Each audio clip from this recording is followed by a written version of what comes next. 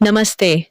स्वागत है आपका डिजिटल न्यूज में, जहां हम आपको यूपी की सबसे ताजा और महत्वपूर्ण खबरें फटाफट पेश करते हैं। आज की 25 बड़ी खबरें जानना आपके लिए बेहद जरूरी है। रोजाना यूपी की न्यूज अपडेट पाने के लिए हमारे चैनल डिजिटल न्यूज को सब्सक्राइब करना न भूलें। योगी सरकार का बड़ा फैसला, 17 जिलों में बनेगा indoor mini stadium. Uttar Pradesh की योगी सरकार ने प्रदेश के 17 जिलों के 21 राजकीय इंटर कॉलेजों में इंडोर मिनी स्टेडियम के निर्माण की मंजूरी दी है। यह फैसला राज्य में खेलों के प्रति युवाओं की बढ़ती रुचि और भागीदारी को ध्यान में रखते हुए लिया गया है। सरकार का उद्देश्य ग्रामीण और शहरी क्षेत्रों में खेल प्रतिभाओं को प्रोत्साहन देना और उन्हें बेहतर सुविधाएं उपलब्ध कराना है। इन मिनी स्टेडियमों में खिलाड़ियों को प्रशिक्षण, प्रतियोगिताएं और खेल आयोजन के लिए आधुनिक व्यवस्था मिलेगी। यह पहल प्रदेश में खेल संस्कृति को मजबूत करने की दिशा में अहम कदम मानी जा रही है। विहिप नेता पर मुकदमा कराने वाली एडीएम रथु पुनिया हटाई गई। उत्तर प्रदेश के पीलीभीत जिले में तैनात एडीएम रथु पुनिया को शासन ने हटा दिया है। उन्होंने हाल ही में विहिप नेता के खिलाफ मुकदमा दर्ज कराया था, जिसके बाद यह कार्रवाई की गई। शासन ने उन्हें पीलीभीत से हटाकर प्रतीक्षारत सूची में डाल दिया है। उनकी जगह मथुरा से वृंदावन विकास प्राधिकरण के कार्याधिकारी रहे प्रसून द्विवेदी को पीलीभीत का नया एडीएम नियुक्त किया गया है। यह बदलाव प्रशासनिक हलकों में चर्चा का विषय बना हुआ है। फार्मर रजिस्ट्री में सुस्ती पर मुख्य सचिव सख्त। उत्तर प्रदेश में फार्मर रजिस्ट्री कार्य की धीमी प्रगति पर मुख्य सचिव एसपी गोयल ने नाराजगी जताई है। उन्होंने सभी जिलाधिकारियों को निर्देश दिया कि 1 सप्ताह के भीतर तय लक्ष्य के अनुरूप प्रगति सुनिश्चित की जाए। गोयल ने कहा कि सरकार की प्राथमिकता वाले इस कार्य में किसी भी स्तर पर लापरवाही बर्दाश्त नहीं की जाएगी। उन्होंने चेतावनी दी कि जिन अधिकारियों और कर्मचारियों ने काम में रुचि नहीं दिखाई, उनके खिलाफ सख्त अनुशासनात्मक कार्रवाई की जाएगी। बैठक में समीक्षा के दौरान कई जिलों में प्रगति अपेक्षा से कम पाई गई, जिस पर मुख्य सचिव ने कड़ा रुख अपनाया। लापरवाही पर कार्रवाई। कानपुर मंडल के सहायक आयुक्त औषधि समेत निरीक्षक हटाए गए। लापरवाही बरतने के आरोप में कानपुर मंडल के सहायक आयुक्त औषधि दिनेश कुमार तिवारी और कानपुर नगर में तैनात औषधि निरीक्षक पर सख्त कार्रवाई की गई है। दोनों अधिकारियों को उनके पदों से हटाकर लखनऊ मुख्यालय से अटैच कर दिया गया है। बताया जा रहा है कि विभागीय कार्यों में लापरवाही और दवा जांच व्यवस्था में अनियमितताओं की शिकायतों के बाद यह निर्णय लिया गया। शासन ने स्पष्ट किया है कि दवाओं की गुणवत्ता और निरीक्षण कार्यों में किसी भी प्रकार की लापरवाही बर्दाश्त नहीं की जाएगी। खेत से निकली चांदी के सिक्कों से भरी मटकी, मची लूट। फिरोजाबाद जिले में उस समय हड़कंप मच गया जब एक खेत की खुदाई के दौरान चांदी के प्राचीन सिक्कों से भरी मटकी निकल आई। देखते ही देखते मौके पर ग्रामीणों की भीड़ जुट गई। बताया जा रहा है कि मटकी टूटने पर चांदी के सिक्के चारों ओर बिखर गए, जिन्हें उठाने के लिए लोगों में अफरा तफरी मच गई। कुछ लोगों ने सिक्के जेब में भर लिए, जबकि अन्य वीडियो बनाते रहे। सूचना पर पुलिस भी मौके पर पहुंची और भीड़ को नियंत्रित किया। अब सिक्कों को कब्जे में लेकर जांच शुरू कर दी गई है कि ये सिक्के किस काल के हैं और खेत में कैसे दबे थे। लखनऊ में 26 नवंबर को होगा संविधान सम्मान सम्मेलन। लखनऊ में प्रदेश कांग्रेस का पिछड़ा वर्ग विभाग 26 नवंबर को संविधान सम्मान सम्मेलन आयोजित करेगा। इस सम्मेलन का मुख्य उद्देश्य गांव-गांव तक जाकर पिछड़े वर्गों और दलितों को उनके संवैधानिक अधिकारों के प्रति जागरूक करना है। कांग्रेस नेताओं का कहना है कि आज संविधान की संस्थाओं का अस्तित्व और स्वायत्तता खतरे में है। ऐसे माहौल में संविधान की रक्षा और सामाजिक न्याय की मजबूती के लिए लोगों में जागरूकता फैलाना जरूरी है। इस सम्मेलन में कई वरिष्ठ कांग्रेस नेता और सामाजिक कार्यकर्ता शामिल होंगे। गोरखपुर गोंडा रूट पर 26 पैदल अंडरपास बनेंगे। गोरखपुर गोंडा रेल रूट पर यात्रियों और आसपास की आबादी की सुविधा के लिए बड़ा कदम उठाया गया है। एनआईआर उत्तर पूर्व रेलवे प्रशासन ने इस रूट पर सेफ्टी फेंसिंग के साथ कुल 26 जगहों पर पैदल अंडरपास सबवे बनाने की मंजूरी दी है।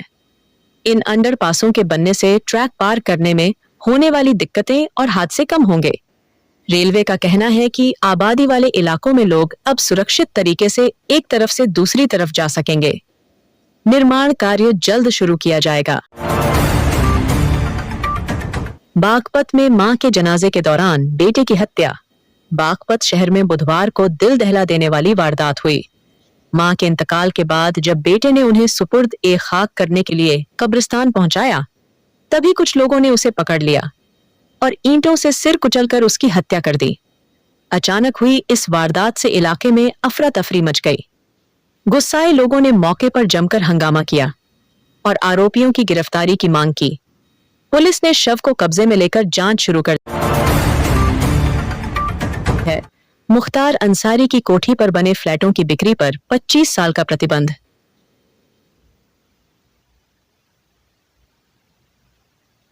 लखनऊ विकास प्राधिकरण (LDA) ने डालीबाग स्थित मुख्तार अंसारी की कोठी को ध्वस्त कर गरीबों के लिए बनाए गए फ्लैटों को लेकर बड़ा निर्णय लिया है। LDA ने इन आवासों की बिक्री पर 25 वर्षों तक रोक लगा दी है। इसका मतलब है कि लाभार्थी फ्लैट के मालिक तो होंगे, लेकिन वे इन्हें न तो बेच सकेंगे और न ही किराए पर दे सकेंगे। यह फैसला गरीबों के हितों की रक्षा और योजना के उद्देश्य को बनाए रखने के लिए लिया गया है।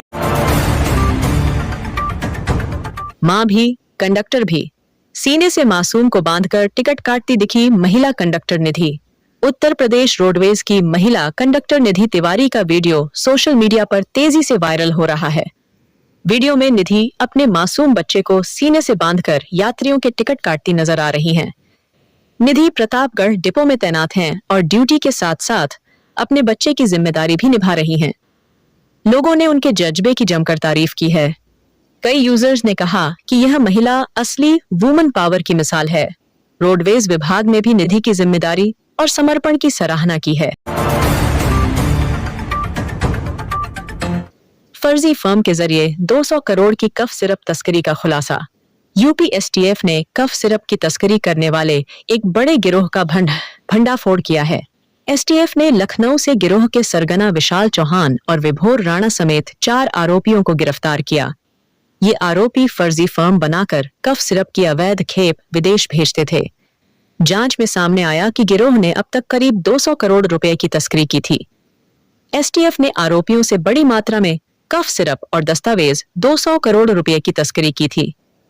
STF ने आरोपियों से बड़ी मात्रा में कफ सिरप और दस्तावेज जब्त किए हैं। गिरोह के नेटवर्क का विस्तार कई राज्यों तक फैला हुआ था। वाराणसी एयरपोर्ट पर एयर इंडिया एक्सप्रेस विमान में बम की सूचना से हड़कंप। वाराणसी एयरपोर्ट पर मंगलवार को उस समय अफरा तफरी मच गई जब एयर इंडिया एक्सप्रेस की उड़ान में बम होने की सूचना मिली। सूचना मिलते ही एयरपोर्ट प्रशासन और सुरक्षा एजेंसियां सतर्क हो गईं। विमान को तुरंत रनवे पर रोक दिया गया और सभी यात्रियों को सुरक्षित नीचे उतार लिया गया। CISF और बम निरोधक दस्ता मौके पर पहुंचकर विमान की गहन जांच में जुट गया।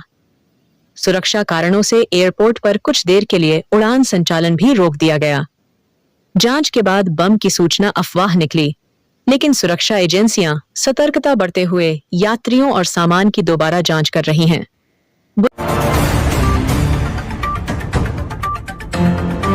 बुलंदशहर गैंगरेप हत्या पीड़ित परिवार ने छोड़ा शहर। बुलंदशहर में 2018 के चर्चित छात्रा गैंगरेप और हत्या मामले में पीड़ित परिवार ने पुलिस सुरक्षा हटाए जाने के बाद शहर छोड़ दिया है। परिवार ने दहशत के माहौल में अपना मकान बेचकर बुलंदशहर से पलायन कर लिया।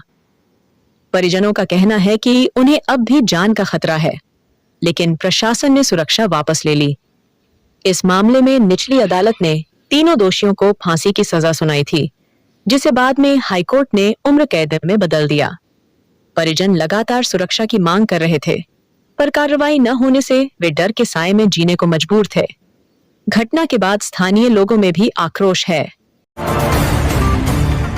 हापुड़ में केमिकल बरामदगी। दिल्ली धमाके के बाद सघन चेकिंग में 3 गिरफ्तार। दिल्ली धमाके के बाद सुरक्षा एजेंसियां अलर्ट मोड में हैं। इसी कड़ी में यूपी के हापुड़ में पुलिस ने बड़ी कार्रवाई करते हुए 3 लोगों को गिरफ्तार किया है। आरोपियों के पास से खतरनाक रासायनिक पदार्थ बरामद किए गए हैं। पुलिस ने 2 लोगों से करीब 2.5 किलोग्राम गंधक और एक व्यक्ति से 38 किलोग्राम हाइड्रोफ्लोरिक एसिड जब्त किया है। ये रसायन विस्फोटक तैयार करने में इस्तेमाल हो सकते हैं। सुरक्षा एजेंसियां अब इन रसायनों की खरीद और सप्लाई चेन की जांच में जुटी हैं। आरोपियों से पूछताछ जारी है ताकि किसी बड़े आतंकी नेटवर्क से जुड़ाव का पता लगाया जा सके। जालौन में मां ने नवजात को तालाब में डुबोकर मार डाला। उत्तर प्रदेश के जालौन जिले में दिल दहला देने वाली घटना सामने आई है। यहाँ एक मां ने अपने 15 दिन के नवजात बेटे को तालाब में डुबोकर उसकी हत्या कर दी। मामले की जानकारी मिलने पर गांव में सनसनी फैल गई। पुलिस ने शव को कब्जे में लेकर पोस्टमार्टम के लिए भेज दिया है। मृतक के पिता की तहरीर पर आरोपी पत्नी के खिलाफ हत्या का मुकदमा दर्ज कर उसे गिरफ्तार कर लिया गया है। पुलिस घटना के पीछे के कारणों की जांच कर रही है। थानेदार के सरकारी आवास में 35 लाख की चोरी, 4 पुलिसकर्मी निलंबित। उत्तर प्रदेश के हरदोई जिले में एक बड़ी चोरी की घटना सामने आई है। यहाँ एक थानेदार के सरकारी आवास से करीब 35 लाख रुपए की चोरी हो गई। घटना के बाद पुलिस विभाग में हड़कंप मच गया। शिकायत दर्ज होते ही एसपी ने तुरंत जांच के आदेश दिए और लापरवाही के आरोप में 4 पुलिसकर्मियों को निलंबित कर दिया। बताया जा रहा है कि चोरी के समय थानेदार किसी सरकारी कार्य से बाहर थे। पुलिस टीम सीसीटीवी फुटेज और आसपास के लोगों से पूछताछ कर रही है। इस घटना ने पुलिस सुरक्षा व्यवस्था पर भी सवाल खड़े कर दिए हैं। यूपी पावर कॉरपोरेशन चेयरमैन ने 3 मुख्य अभियंताओं को दी चेतावनी। Uttar Pradesh power corporation limited UPPCL के चेयरमैन ने अलीगढ़, सीतापुर और झांसी के मुख्य अभियंताओं को कार्य में लापरवाही बरतने पर चेतावनी जारी की है। चेयरमैन ने कहा कि विद्युत आपूर्ति व्यवस्था में सुधार लाने और उपभोक्ताओं की शिकायतों के त्वरित निस्तारण में लापरवाही बर्दाश्त नहीं की जाएगी। साथ ही सीतापुर के मुख्य अभियंता के कामकाज का मूल्यांकन करने के लिए मध्यांचल विद्युत वितरण निगम के प्रबंध निदेशक को समीक्षा रिपोर्ट तैयार कर सौंपने के निर्देश दिए गए हैं। चेयरमैन ने सभी अभियंताओं को कार्य में पारदर्शिता और उपभोक्ता संतुष्टि को सर्वोच्च प्राथमिकता देने को कहा है। लखनऊ से महिला डॉक्टर शाहीन अंसारी गिरफ्तार।